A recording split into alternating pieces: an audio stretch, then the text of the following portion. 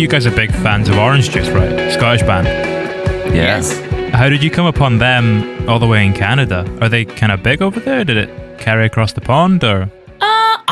I've been into that band since I was a teenager, in Virginia. I don't actually remember how I first came across them. I think it was probably like going through all music recommendations that eventually led me there. That would be my guess. Because as a teenager, I was really into like Interpol, who I think were like a gateway to a lot of that kind of stuff. I think it was probably like a thing of like Interpol to Joseph K to Orange Juice. I think that's probably how I found them. Yeah, they're one of my favorite bands. I definitely like Intuition Told Me So, I think was like, I remember the first time I heard that song when I was about like 16 and just being like, oh wow, like this is exactly what I was looking for, you know? Did you move around quite a lot growing up? I did, yeah. I was born in the UK, and then my family moved to Paris for a little bit and Geneva for a little bit in Switzerland, and then to the US when I was about 11 or 12. So I lived in the US, and then I moved to Canada after that. How old are you when you moved to Canada? I moved to Canada when I was 18. I went to the University of Toronto. Oh, okay. So you moved to Canada for university? Yeah. Mm-hmm. Okay. Do you kind of feel settled now, or do you still struggle to feel settled a little bit with moving around so much growing up? Relatively. I think Toronto's definitely home. It's the longest I've ever lived anywhere at this point. Yeah, I don't know. I mean, it's weird. It definitely... me and Evan have actually talked about this a bit, that it's like I don't totally identify with homesickness because I don't feel it about one particular place. So it's like a thing that I find it kind of like interesting. I think I like living vicariously through other people's homesickness sometimes, because I like do not have that connection to place, but I kind of like it. I wish I did, I think. I think homesickness can kind of be, in a lot of people's cases, a little bit more about missing people than missing that specific place. It's just the people are associated with it. True. Yeah. True enough. I think yeah. so. What about you, Emma? Did you kind of grow up in the same place all along, or did you move around a little bit too? Yeah, no, I grew up in Australia, and then when I was 18, moved to Canada, initially to Banff, which was on the other side of the country in the Rocky Mountains. And then met a bunch of people there who convinced me to go to Toronto, and then have been there ever since. Wow. You say Banff? Yeah, Banff. Is that anywhere near Nova Scotia? No, other side. Yeah. Okay, no, because I'm in Scotland and we've got a Banff about 20 miles away from where I am. Oh, interesting. I was curious if it was maybe part of Nova Scotia, but not quite. That's interesting that you both moved to Canada at 18. What does moving to a completely different place kind of teach you about your own perceptions and the kind of way you view your world when you put yourself in a completely new surrounding? I found it liberating, I think. It was like you didn't know anyone, no one knew you. You could kind of create your own identity a little bit, which was really fun. And for me, just being on the complete other side of the world was really exciting. And, it was so close to the States. So New York's not too far, and Detroit and Chicago. So just getting exposed to all these cultural things that I hadn't had growing up was super exciting. Yeah, I think for me it was less, obviously less distinct, because it was somewhat similar to like where I'd grown up. Like it was, like Canada is not culturally is not all that different from the US, though is like there's some significant ways in which it very much is, but like everyone kind of speaks, with the same accent, and most people know the same TV shows and stuff. So it was like a more kind of like subtle change for me, but I think it was partly, I think it was the kind of adjustment to living on your own and being an adult. Like that was more of a stark change for me than maybe the place. Just because it kind of forced you to grow up a little bit. Yeah. And just like sort of suddenly, being untethered from, family and home and stuff, and kind of figuring out how to be a person in the world, which took a while. You mentioned something really interesting there too, Evan, that when you first moved to Canada, it was liberating because you felt like you could reinvent your identity a little bit. Yeah. How did you change it when you moved there from who you were in Australia? Well, I think, being a little bit artistically inclined and coming from Australia, which is an extremely masculine culture, and I had grown up kind of in a working class town where it was like, you kind of expected to get an apprenticeship and just become some kind of tradesperson. And there's a thing in Australia that people talk about a lot called tall poppy syndrome, where if anyone is kind of expressing themselves and doing well at it, people try to bring them down. So I think when I was young, I was a bit prone to that kind of stuff. And then I was in Canada and, I found that people are a little more open, and I was lucky enough to live in the city. I think maybe if I had moved to Melbourne from where I was from, I would have experienced very similar things. But just being in a major city, it was just huge, and you met people who were musicians and artists, and, they just had jobs on the side and they didn't define themselves by those being there.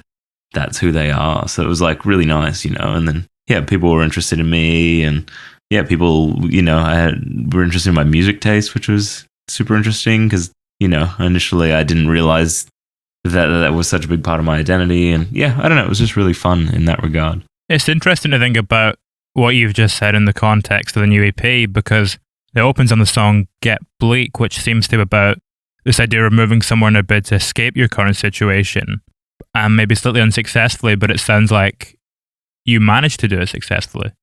It worked. Moving halfway across the world, it was a really positive thing for you.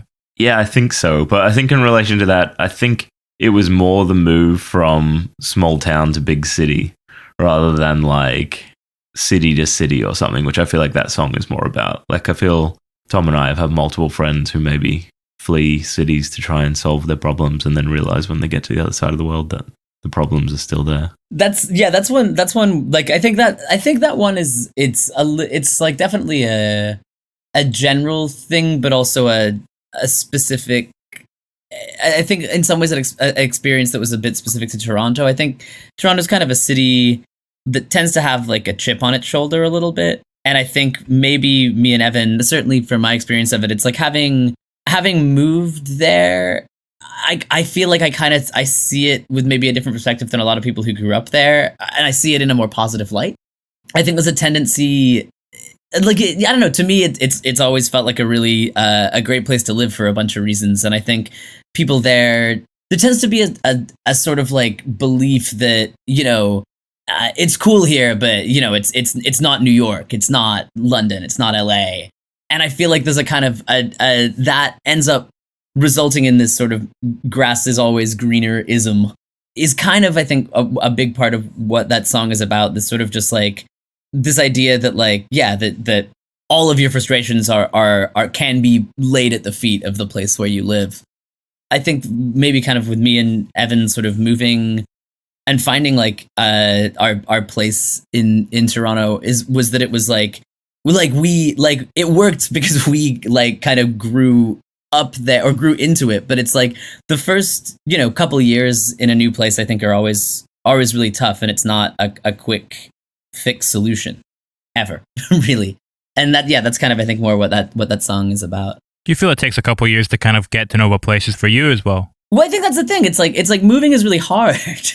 Like it's like you go to a place and you don't, and you're no longer around the people that you know and care about, and you got to figure that out. And I think like, there's a kind of a pattern, at least that I have felt and like, talked to other people about, where, when you first move somewhere, you end up kind of falling in with whoever's around, and it takes you a while to realize that maybe they're not your people.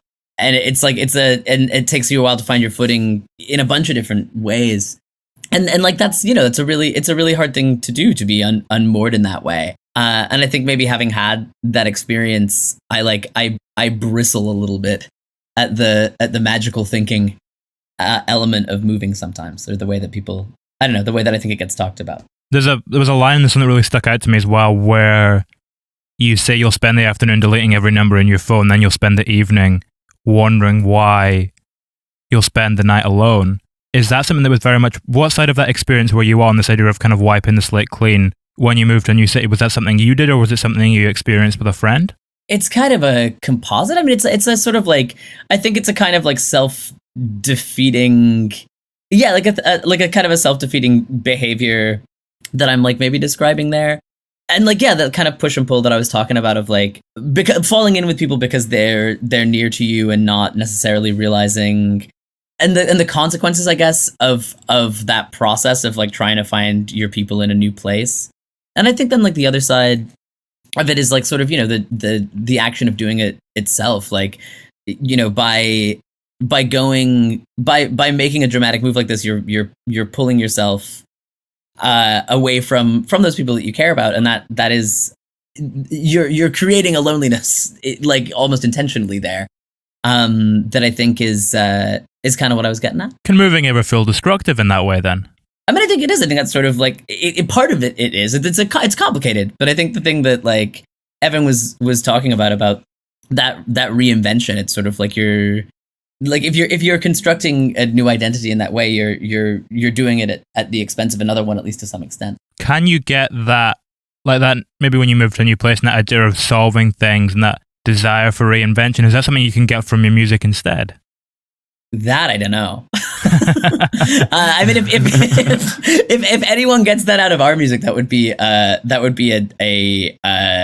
deep honor. I'm not sure. That's an interesting question, but one that I'm not sure I feel qualified to answer. Do you? I mean, maybe looking at it from a slightly different angle, do you feel like you ever have fully reinvented yourself within your music, or is it just kind of when you compartmentalize it in your mind, is it just like a very natural, gradual progression? I mean, I feel like, just talking of maybe the experience of this band, I feel like it's been a slow process of sort of like, we kind of knew where we were trying to get to, but finding out how to sound like we sound was a really slow process of sort of like chipping away and putting in the time and filing down the edges and sort of like slowly finding the place where I think it felt like it sounded like us, which is the thing that Evan will like says a lot of like when like identifying when something sounds like us and when something that we've done doesn't sound like us, which I think is a thing that Evan is really good at, and that like helps to define it. But Evan, would you agree with that it's kind of like it's been a very gradual sort of like sculptural process, sort of?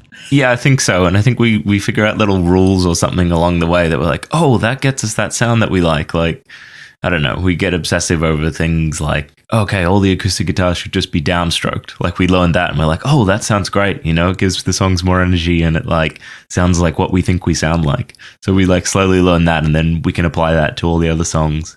Yeah, and I really think in the last couple of years, we got to the point where you and I are on the same page where we know, you know, and we have like a nice democratic process where if we like both don't agree on a part, you know, the other one throws away the ego and just throws away the part. And we always know that we're serving the song if we both think that the part is good. Yeah, I feel like you've done that thing to me too, where like you'll like sometimes object to something just to see how hard I push back.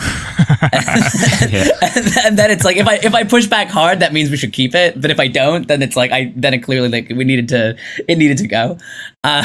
Yeah. Do you know he's testing you in that moment, Tom? No, he's good at tricking me. I never pick up on it until after, and then I realized through that process that whether or not it mattered. When it comes to the decisions, like with the way you present the band to people itself, is that something you have similar discussions about? Like, for instance, the fact that As Big as All Outside was the new first single through the new label, was that something you spoke about quite a lot and it was a push and pull, or? I feel like on those pages, I trust your lead a little more, but we're usually not too dissimilar on stuff like that. It's more like the creation of the song is where the push-pull is, and then we're both, sometimes we can differ, but we're both usually like, okay, that one's really good, or, you know, we should go with that one first. I usually follow your lead on that stuff, I feel. Yeah, I think that one, the label had some input too, but it's like, yeah, I think like we normally, like, I think that's like, we are aligned enough in kind of what we're trying to do that like 90% of the time we both know when something's worked or when it hasn't worked, so we kind of like the same stuff. Yeah, I think that's normally the case. There's a couple instances where we were further apart, but it's never by much. No. Why was that the first song you decided to bring out on Car Park, out of interest? I think it was just one that we felt worked well. I'm trying to think if there was a deeper rationale behind it, but I think it was just a song that we'd been doing for a bit, and I mean, that one, like a lot of our stuff, went through like many iterations, where we just kind of like did it one way and then realized something was wrong with it, and then left it for a bit and came back to it and slowly sort of chipped away at it until it made sense, to the point that I think it was gradually driving us both out of our minds. But it eventually got to a point where it was pretty good. And I think it was just one from that set of songs that kind of we felt confident about, and everyone at the labels also felt confident about. So we kind of trusted their read on it. It explores, I know you've spoken about how it explores this idea of living with decline. What exactly do you mean when you say decline in that context? I think it kind of exists on a few levels maybe for me, but I mean a big part of it is, I think, that just like, this is, I mean, that song was written well before COVID, but I think it's not, for most of my adult life and certainly the last few years, I think it's been really easy, or it's been pretty obvious if you're paying attention, that like things have not been going great in the wider world. Just a little bit. I think this, there's been a sort of like a breakdown of sort of like, political orders that seemed like they made sense or made some kind of sense. These like civic institutions, a consolidation of power in sort of like every area of life, public life, I think, and of the economy into the hands of people who are not necessarily responsible parties. It's I know that this is a thing that, like, everyone in every generation, there's people trying to say that the world is ending, but I think it's like the world has felt very bleak, and I think like that is sort of what the context I'm talking about there, that it's like it's not, there's a sort of pervasive sense of dread that has a tendency to hang over everything, or at least I can let it hang over everything sometimes, and I think that's kind of what I mean there. Do you think the world is ending then, or do you just feel like it's maybe getting a little bit more depressing? Yeah, I don't think I guess like in a broader sense, probably eventually, but I'm not. I don't. No, that's not. I'm not sort of like predicting an imminent apocalypse at all. I just think it's sort of like it's felt like that things have been getting worse consistently. And I think over the last few years, especially, it's sort of just like, the news feels like it's darker every day a lot of the time. And I think like finding a way to live with that reality is a complicated thing, and something that I kind of think about a lot, like trying to figure out how not to be totally miserable and navel gazing in that context, and just see beyond it and past it, and to see what's possible outside of those things, rather than just sort of give into it.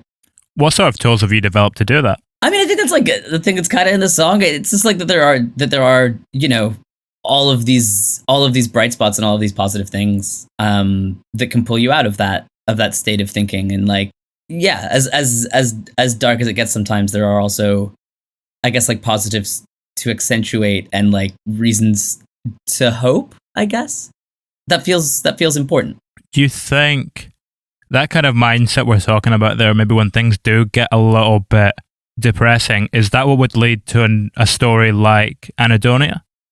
When you may be feeling a little bit bitter about certain things, is that a result of those kind of bigger clouds hanging over you? Yeah, I mean, I think it's that kind of like cycle of thought for sure, and the way that it can kind of close out your, like, narrow your vision, I guess.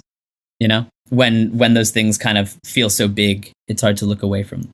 Do you have conversations about these types of things together, Evan?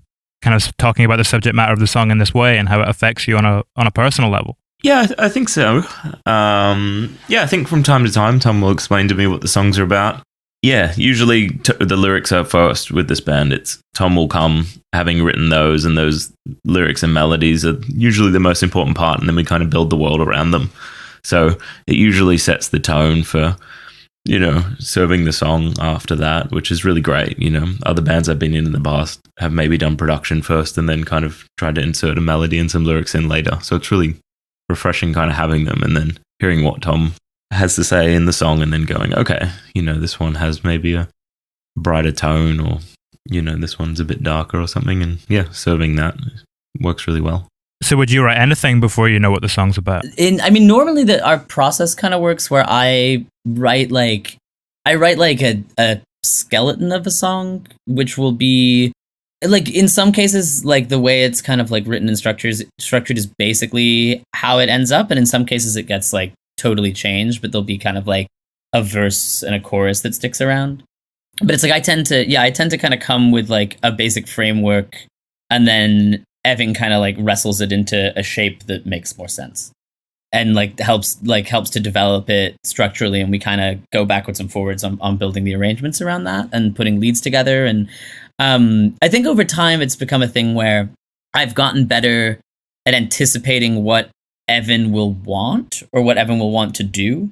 So I kind of try and come with like a little bit with like some more raw materials and write a little bit more into the spaces that I know he's going to want to work. Like often having sort of like maybe like an instrumental like section or a riff section or an introduction or something that like that's kind of space that exists, or like having written like kind of at least like 3 distinct progressions rather than maybe when I used to just have like 1 or 2, so that we have kind of more parts and ideas to work with as we kind of like figure out how the structure will be. So you would, when you bring it together, when you're saying your kind of structure, is that you'll just kind of trim things down, elongate some bits, or what exactly do you mean by when you take it into that space and you kind of change the arrangement of it a little bit? Yeah, I guess it depends. Like it's usually just, Tom and a guitar as the initial feeling of the song, and he'll play it, and then sometimes just instinctively I'll go, oh, it'd be great, if after that chorus it goes into something else, or I can, hear a melody here that we should have as an intro. And sometimes it's just, a reaction to the song we did previous as well, where we go, oh, we've done, that a little bit, or, there's an example, we were listening to a Sneaky Feelings song called Husband House, and we realized it had a riff throughout the whole thing that never changed. And we're like, oh, we should write a song that has a riff that plays throughout the whole song. So sometimes it's little things like that we're reacting, trying not to just write the same song again or do the same tricks over and over. But yeah, sometimes it's, strengthening things, making them longer, or sometimes, it's like, oh, let's cut out this little bit here.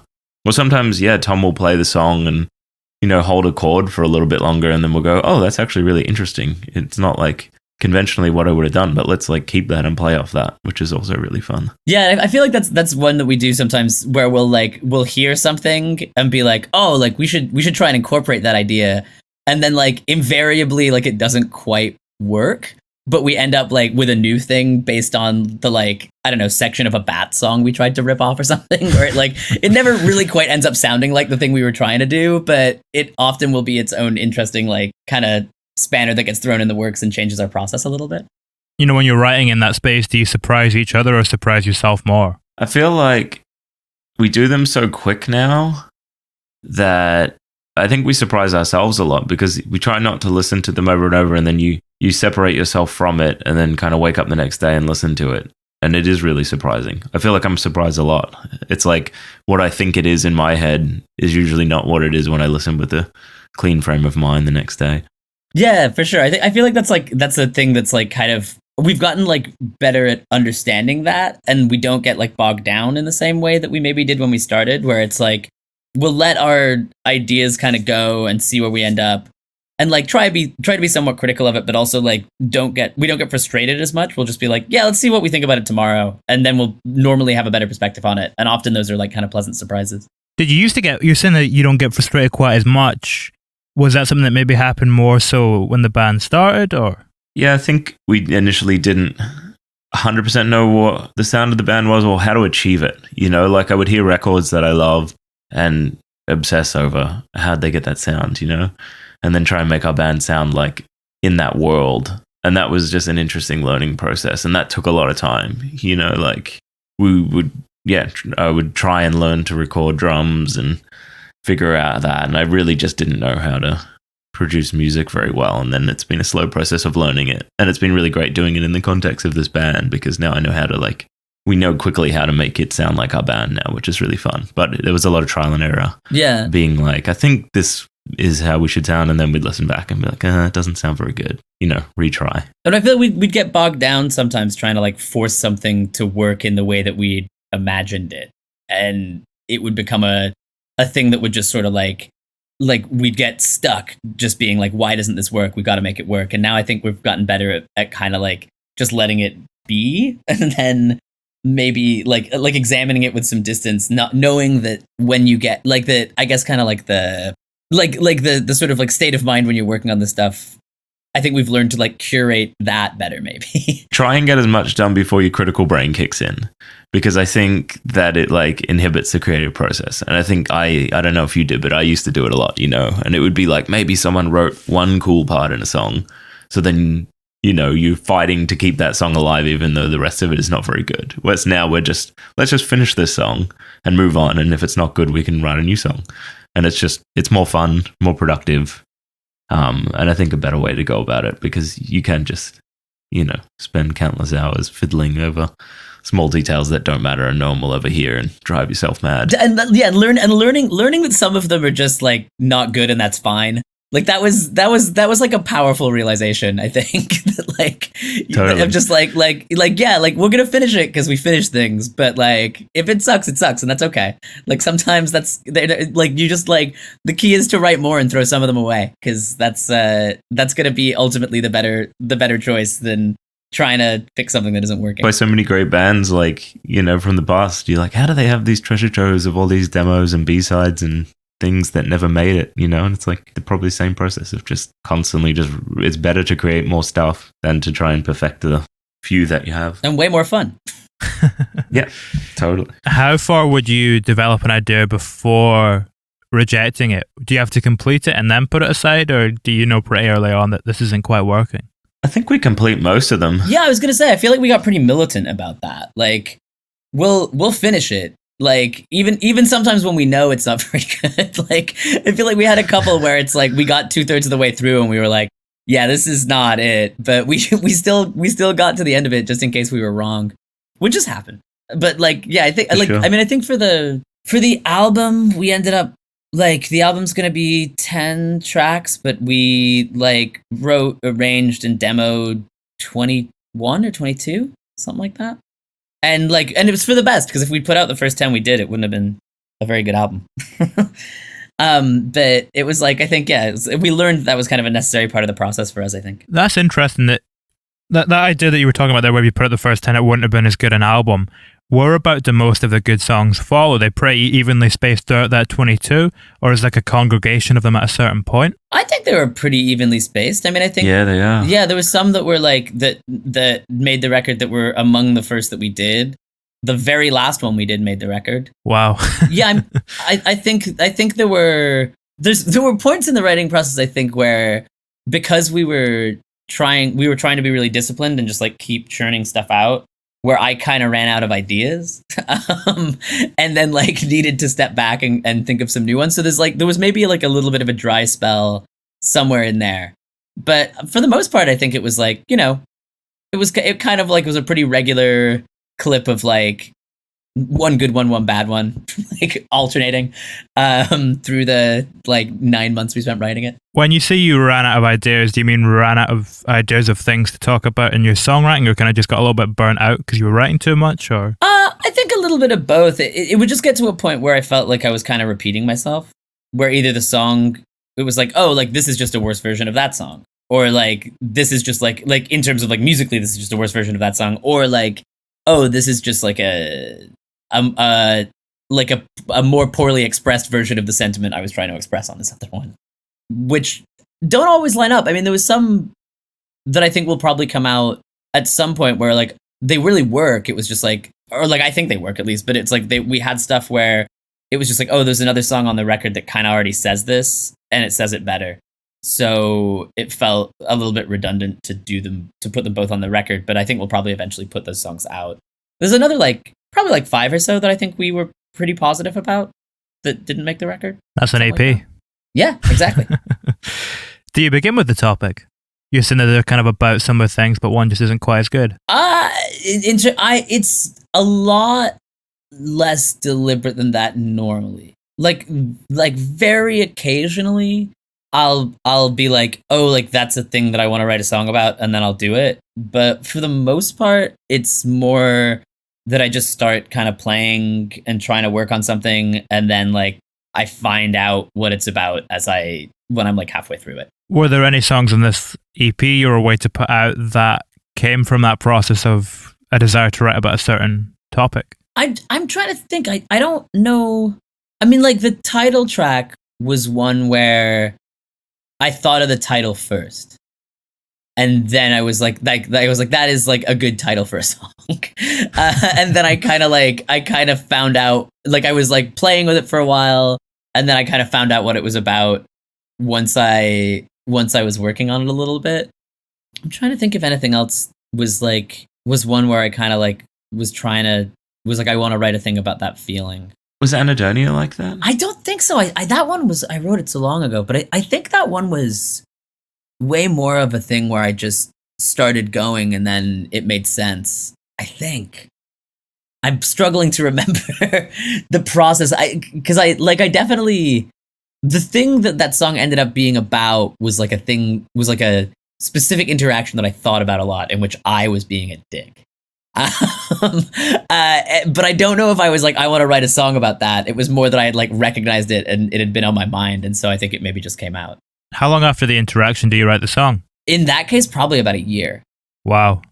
And it's on your mind quite a lot in that year. Yeah, I was thinking about it because it was just, I think in some quote that has been published somewhere at some point, I think I said something about it. But like, it was basically like, I was at a show with my friend and I was just like talking mad shit about the band we were seeing for no reason.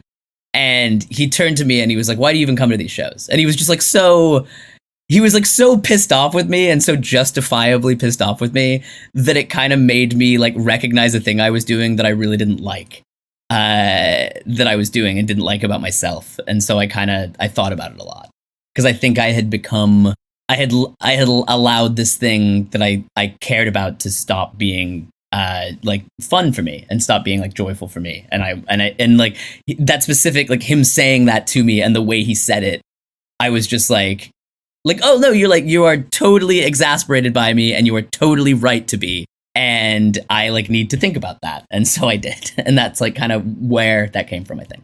Still a pretty brutal thing to say.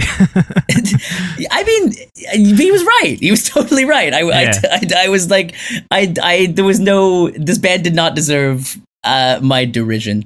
And I think it was important to recognize that it was not a useful pattern that I had gotten into, I guess. Is there a parallel there between what you were feeling and what the people that you're writing about in Gleaming Spires are feeling? That kind of just weird hatred for no real reason. Yeah, I mean, I think so. I mean, that's like a thing that I identify with, but I think it's like, you know, that's the sort of maybe one of the themes of that EP is sort of like when your frustrations sort of overtake you in a way that makes it hard for you to sort of see the forest from the trees. That one was written about your negative emotions towards a band. And Gleaming Spires is kind of written about people's negative emotions toward the city they're from, right? Yeah. I mean, I think in both cases, it's sort of like, it's a composite a little bit. Like, it's like, you know, I don't mean for them to be like prescriptive or like didactic. It's like a thing where it's like recognizing a thing in myself and then also recognizing it in others and sort of examining those two things, like examining it from those two perspectives. It's like I think like anything that almost anything that I'm castigating people for in those songs, I've almost certainly also done. Like that's like not all of it maybe, but a lot of it. So is the initial motivation and drive to write a song about something internal different to that which fuels you to write a song about something you see happening before you? I don't think it's that clear to me. It's like a thing where I write them.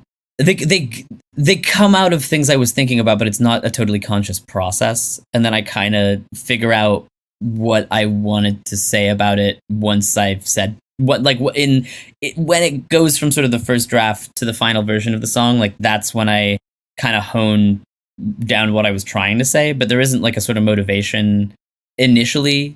It's more just sort of stuff that was kind of on my mind, I think, that then I learn a bit more about what I think about it as I'm writing it. Once you've worked out what you're trying to say, will you go back and tweak things quite a lot so that the message is a little... Yeah. I mean, I think that's the thing that we do with kind of a lot of the elements of the songs musically as well. But I have a way of doing this that I kind of happened upon, where I tend to write the lyrics down in emails to myself and then reply to those emails with like tiny edits, and just like keep making those basically until the day we record the vocal. And sometimes they change after we record them too. All in the one email chain? Yeah, just an email to myself. Yeah. Didn't you used to do something that with that as well, where people would email you topics to write about in one big chain? Yeah, I don't know where that would have. Yeah, that was a thing that I used to do with my friends in college, and Evan does a thing like that now too with some folks in Toronto. Yeah. Where we'd like, I did it as a way to keep touch with some folks I grew up with who I used to like make music with in high school. But somebody would send a topic, and then like a month later, everyone would send back a song about that topic. And Evan does one called Family Feast, right? Yep. With a bunch of pals, from which there's many excellent tunes have emerged. It must be said.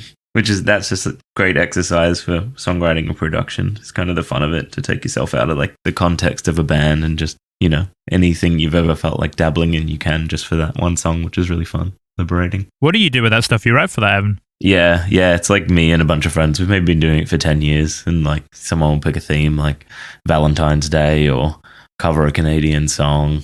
And then, everyone has a month to kind of write and produce a song, and then we throw them all together. It's really fun. Wasn't there one where you guys all covered songs on Metallica's Some Kind of Monster? Saint Anger, right? It was that we tried to make. Oh yes, yeah. Sorry, the documentary is Some Kind of Monster. We tried to make a good Anger, version of that record. Yeah, that was pretty good. There's also a whole trove of these sort of like very like slick like Euro synth pop songs that Evan's done for those that are pretty good. It's that's how we'll figure out what the next record's gonna sound like. Just like mine the things that Evan's done for Family Feast and see which style suits us. Do you have any other creative exercises like that for yourself that can just spark things in that way that you can put into place when you're suffering from writer's block or struggling from ideas? Not really. I think I found, and I will admit that after we finished the record, I took a break, so I've not been on my own schedule as much. But I think just insisting on writing something, like on like setting a schedule, always doing it, even if nothing good happens, just always doing it, tends to work. Where it's like you kind of like, I feel like sometimes you've got a bunch of bad ideas stuck in your head, and the only way to get them out is to like try and make them work, and then like the good ideas will be behind them or something. I find that that just trying to stick to a schedule and try and like just try and like write something every week, and not being scared of it being bad, I think is a really big part of it, of just sort of like letting stuff not work, because even when stuff doesn't work, you might learn something, or there might be a piece of it that can be used somewhere else later on, Yeah. Do you learn different lessons from bad ideas to good ones? Like the lessons you take from each, are they quite different to each other? I don't know. I mean, like when you learn something worked, I think it's like cool because like we can keep it in our back pocket for later. But there's also a bit of a time limit on that. It's like if we just keep doing the good ideas every time, then the songs end up sounding too similar, and we have to come up with new ideas. There's sort of equal and opposite, as I guess you might expect, the equal and opposite value to learning what to do and what not to do. Because some of the things, like, I mean, some of the sillier things that we learned, like learning like the appropriate pick weight to use when recording an acoustic guitar, like that's good knowledge that we'll use forever. But more kind of like compositional tricks, I think it's like you don't want them to become crutches. So it's like they're only as useful as the context in which they're being applied. Has there ever been a compositional trick that you once used that you've retired for good? No, I still feel like we use them, but we're both very conscious of like, not overusing things, or if we've done it, not doing it again, and trying not to like fall into cliches is a big thing for us. Trying to always be conscious of that kind of stuff. So yeah, we're definitely aware, and like especially when curating the record, why we had so many songs and some didn't make it is because it was just doing a similar thing.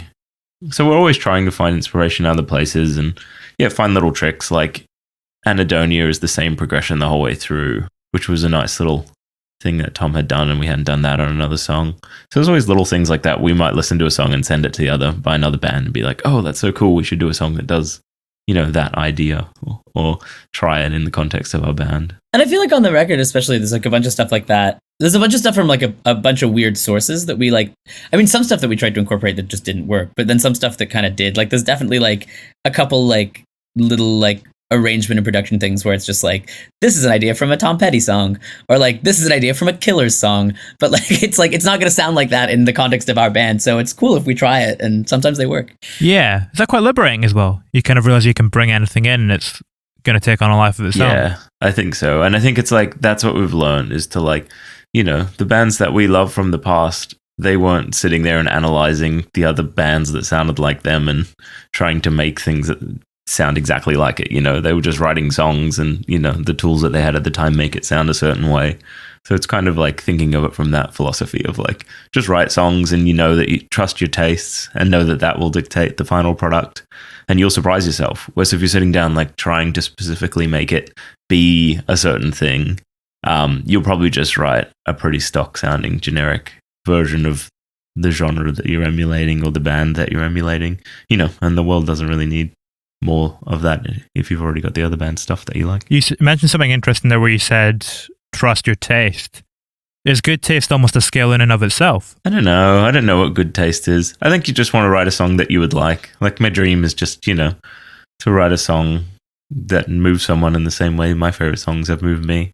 Yeah, I can't say that there's songs that I don't like necessarily come from bad taste, just different taste. Yeah, it's like best. I feel like best not to put too much of a value judgment on it. And it's just like, I feel like we've just found that we have a shared taste, and we've learned how to kind of make things that we like and that sound like we want to sound. But yeah, I mean, it's like, I don't know. There's no reason why those things that we like are fundamentally, like better or more worthy than things that other people like or something. It's just, I think it's like we've learned to trust our instincts with it, because I think we've kind of like honed the instincts that we share and the taste that we share. So we like really are pretty confident in it at this point. Like we know what we like. I read you once said as well, Tom, that for some reason being described as a musician has always made you quite uncomfortable. Have you managed to figure out why that is? I mean, I think it just feels, it feels like a role. It feels so freighted with a certain kind of like self-importance, I guess, which is no criticism of people who do choose to describe themselves that way. This is like a thing that I like to do and a thing that interests me. Like, I don't feel any desire to be like perceived in that, like, as that being like the totality of, as like an identity, I guess. Like it's just a thing I like doing with my friend Evan. Like, if people like it, that's like amazing, and it's really exciting that people have. But yeah, like I don't want to. I don't want to put that. I don't want to put too much weight on it as like as a way that I identify myself, I guess. You don't want it to consume your identity. Or just like, in the way that I think of myself, it just doesn't feel like a. I don't know. I think there's a whole broader thought on this, in that like I find like the sort of like the whole like cult of the artist mentality really weird, and I don't like it. And I think that there's like a kind of like I think the idea of sort of like somebody who makes art is often sort of like, I don't know, presented in like kind of like, I don't know, like our culture writ large in a way that I don't necessarily think is like healthy or good. Like, where it's just like I don't think like, it's any more noble to like make jangly pop music than it is to like, I don't know, like do any job. Like, if you like doing it, I don't think it's special, really, I guess. Like, and I think that there's a sort of like a process of like separating that, where it's like, like it's a thing that like we like pursue as an interest that gives us like satisfaction and is exciting to make. And there are people that we like admire that have done it. And that's all fair, but it's like knitting for yourself is also cool. Like stuff like that. It's not, I don't think it feels like a thing where it's like, it's trying to elevate in some way, and I that makes me a little uncomfortable because I don't think it needs to be that way, and I don't think it should be. Yeah, almost if you were to call yourself a musician, it would feel a little bit like you were doing it for someone else, maybe. Yeah, maybe that it's like kind of performative or a performative identity. I don't know. I'm struggling to express this because I don't want it to seem like pejorative or that I am putting this on like other people who, you know, sort of choose to, who do think about themselves in that way. That's totally fair. I just find it makes me a little uncomfortable, like I say. How I'm intrigued by this kind of rabbit hole we've gone down in terms of the role music plays in your identity and how you kind of view it in the context of that. How big a role would you say that music has played in shaping your identity as a person and creating music? Pretty big one, especially when I was younger, you know, like songs were like an escape, and then you would, you know, find artists that you like and then read about their stories and learn about different ways people live in the world. So it was a great thing, especially when I was younger. It definitely helped shape my identity, you know, just like hearing these stories of other musicians and going, oh, you can do that, you know, you can go and play shows. Like, I can remember a time where that just felt like, just to play one show felt like the most surreal experience that I'd never be able to do. And kind of having that become a goal was like a really exciting thing and has shaped my identity. You know, it's like kind of interesting. I'm now back in Australia and it's where I grew up. And it's interesting, I kind of notice now how much I've changed being here and interacting with the people from my past. And yeah, and definitely music has directed that in a lot of ways because it's what I love doing with my free time. So, you know, the people I've been around and whatnot in the last little bit are all pretty music-centric, and that's what, I guess has shaped my identity.